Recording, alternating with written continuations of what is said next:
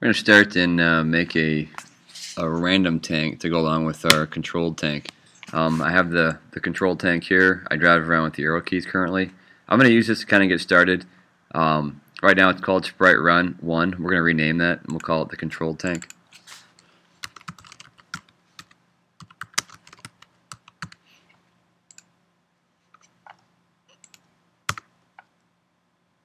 Okay, so I have my control tank. To quickly make another one, instead of painting it, I'm just going to right click on this and hit duplicate.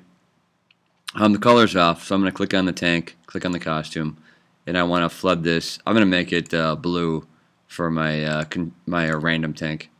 Here we go. So the costume's set up. The scripts, I really don't want much here, so I'm gonna toss these away. The green flag here is nice to have. So when the green flag is clicked, I want it to go to the other side of the playing field. So instead of minus 100, I'm going to have it go to 100. I'll hit my green flag, and the tanks are both set up. To kind of keep moving along here, this tank is supposed to drive by itself randomly. So when the green flag is clicked, I'm going to forever do something. So I'm going to go into control. Here's my forever. And I want this thing to move around, and if it hits the wall, I want it to like turn. So I'm going to simply go for a move, and I think I'll try 3 steps to start.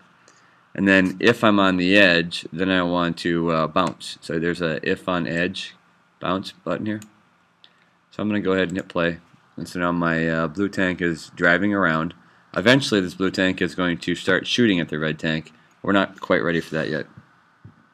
I'm going to stop this. I see down at the bottom here my name isn't right. The red one is my control tank. The blue one's the tank that's going to be randomly coming around and chasing the red one. The red one's the one that I'm driving. So on the I here, I'm going to call this random tank.